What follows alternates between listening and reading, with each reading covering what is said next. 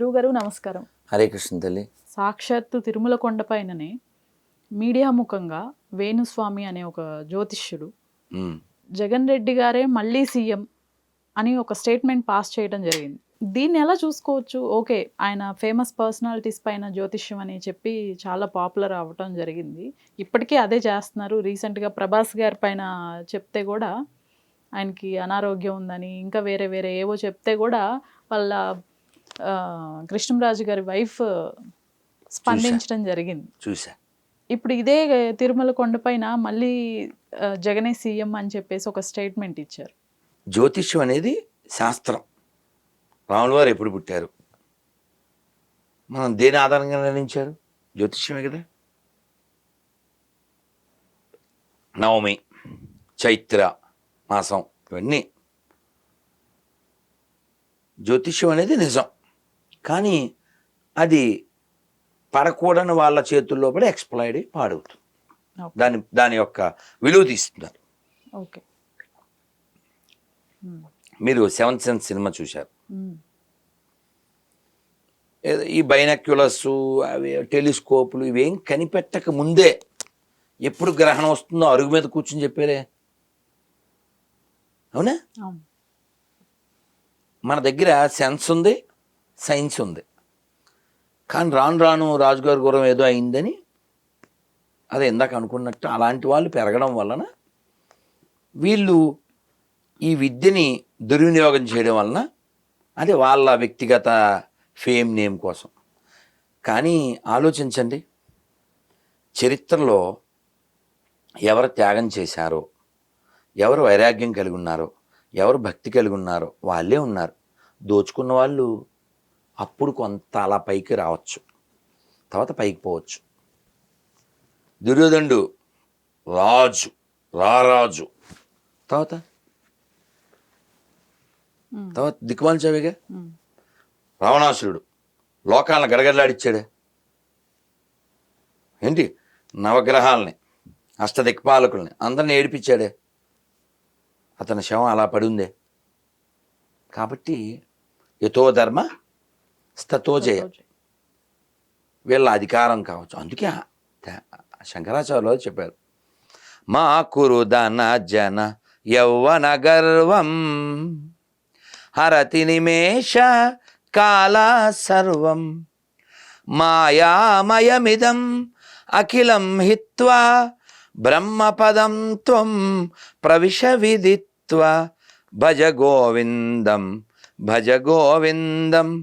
గోవిందం భజ మూఢమతే. నీ యవనం, నీ ధనం, నీ జనం ఇవన్నీ హరతి నిమేషత్ కాల సర్వం. కాలం ఏం చేస్తుంది? నిమిషంలో అవన్నీ నీకు దూరం చేసేస్తుంది, హరించుకుపోయేలా చేస్తుంది. కాబట్టి తెలివైనవాడు ధర్మాన్ని పట్టుకుంటాడు, దైవాన్ని పట్టుకుంటాడు. మళ్ళీ సేమ్ సీఎం గారు జగన్ గారే అయితే ఏంటి పరిస్థితి? అమ్మా గుర్తుపెట్టుకో, కాలం అందరికీ ఛాన్స్ ఇస్తుంది.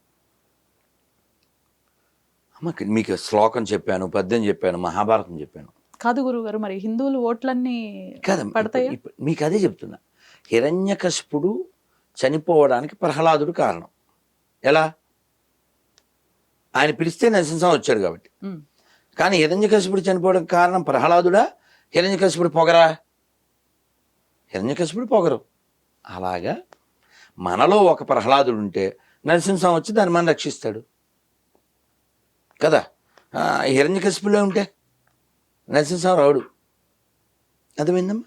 కాబట్టి ఎప్పుడైనా మనం చిన్నప్పుడు చదువుకోలే, బలవంతుడు నాకేమని పలువురతో నిగ్రహించి పలుకుట మేలా, బలవంతమైన సర్పము చలిచీమల చేత చిక్కి చావదేశమతి.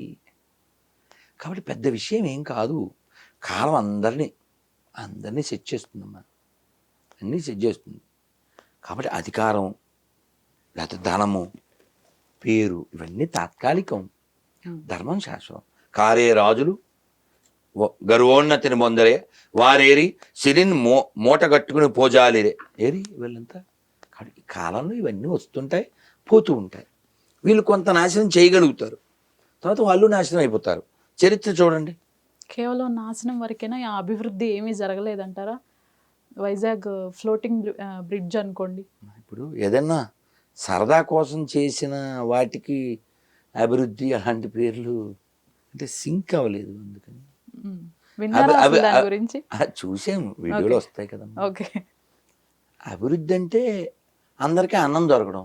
ఫ్రీ పథకాలని చాలా మీ ప్రవేశపెట్టారు ఫ్యాక్టరీలోవా, కదా. మీ ఇంట్లోవా, మీ ఇంట్లోవా? ఏ రాజకీయ నాయకుడు వచ్చినా వాళ్ళ ఇంట్లో పెట్టరు కదా. మరి కాబట్టి ఇంకా ఎవడైతే మాకు ఏ రాయితే ఏంటి, ఏ రాయితే ఏంటి, ఇప్పుడు ఏ రాయితే ఏంటి? ఇప్పుడు రేవంత్ రెడ్డి ఎప్పుడో సీఎం అవ్వకముందు చెప్పాడు, మేమైనా మా ఇంట్లో తెచ్చిస్తామా అని చెప్పాడు చక్కగా. నీకు ఇప్పుడు సిగ్గు ఎవరికి ఉండాలంటారు?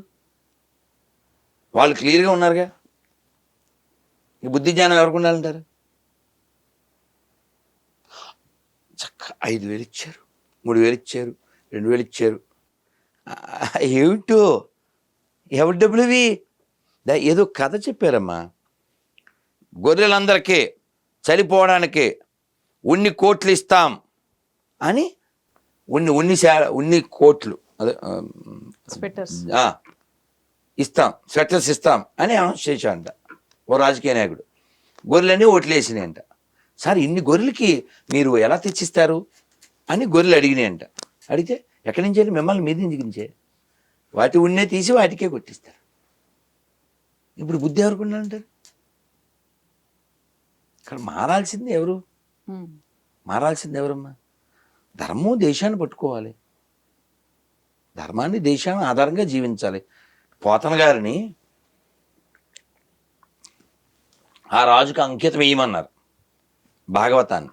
ఓకే. ఆయన చాలా స్ట్రాంగ్గా, చాలా అలా కొన బద్దగొట్టినట్టు చెప్పారు. ఇవ్వను. సరస్వతీదేవి ఏడుస్తూ ఆ కాటుకుతో కూడిన కన్నీరంతా జాలువారి ఆవిడ వస్త్రం మీద పడుతూ ఉంటే, అమ్మా నువ్వు బాధపడదు తల్లి, నేను దీన్ని నరాధములైన రాజులకు ఇచ్చి వాళ్ళిచ్చే కొంచెం భూమినో బంగారమో తెచ్చుకుని నేను సుఖించను తల్లి, నేను ఆ పని చేయను అని చెప్పి, అది బాగుంటుంది. చాగంటి గారు బాగా చెప్తారు. కాబట్టి భగవంతుని నమ్మినవాడు అలా ఉంటాడు. త్యాగరాజ స్వామిని ఏదో డ్యాన్స్కి రమ్మన్నారు ఎవరో వచ్చి, అన్నయ్య మీరు వెళ్ళండి నేను రాను అన్నాడు. అలాగే అన్నమయ్యని సినిమా కూడా చూశాంగా, చెరుక బెల్లం పెట్టు అంటే పెట్టదు, చూసాం కదా. పెనం మీద వేసి కాసి మంట పెడితే అప్పుడు అని అలా ఆ పైత్యానికి వెళ్ళి ఆయన్ని కొట్టేస్తే అదంతా మనం నిజంగా జరిగింది. అన్నమయ్య భగవంతుని నమ్మాడు. నరహరి నామము నాలుకనుండగా పరుల కొలువ పనియేలా. నరహరి నామం, నరహరిని కీర్తించాలి. అందుకని ఈ తెలుగు నేలని 3 రాజులు పరిపాలించారని చెప్పారు. అదేమిటి చాలామంది కదా, 3 ఎవరు అంటే త్యాగరాజు, పోతరాజు, గోపరాజు. వీళ్ళెవరు? ఈ రాజులు ఎవరు? వీరు నర సామ్రాజ్యాన్ని పరిపాలించలేదు, నరహరి సామ్రాజ్యాన్ని పరిపాలించారు. సింహాచల శాస్త్రి గారిని గొప్ప హరికథకులు వారు ఎప్పుడూ చెప్తూ ఉంటారు. ఇలాంటి వాళ్ళు పుట్టిన నేల ఇది. ఏదో రాజకీయం, ఏదో పార్టీ, 10 ఏళ్ళు, 20 ఏళ్ళు, పోనీ 30 ఏళ్ళు, 50 ఏళ్ళు. మరి ఈ చరిత్ర ఎప్పటిది? ఈ సంస్కృతి ఎప్పటిది? అన్నమయ్య పాట పాడుతున్నాం ఇప్పుడు, ఎప్పటిది? 600 ఏళ్ళు. ఇప్పుడు ఎవడైతే పదవిలో ఉన్నాడో 100 ఏళ్ళ తర్వాత ఎవరిని గుర్తుపెట్టుకుంటాడా? ఆ వంశం ఉంటుందా? కాబట్టి ఏదో కనబడుతుంది కదా అని సాంగ్ వేయకూడదు. రెచ్చిపోదాం బ్రదర్, చచ్చిపోతావు బ్రదర్, రెచ్చిపోదాం బ్రదర్ సాంగ్ ఇస్తే చచ్చిపోతాం. కాబట్టి తాత్కాలికం, దేన్ని చూడలేదమ్మా.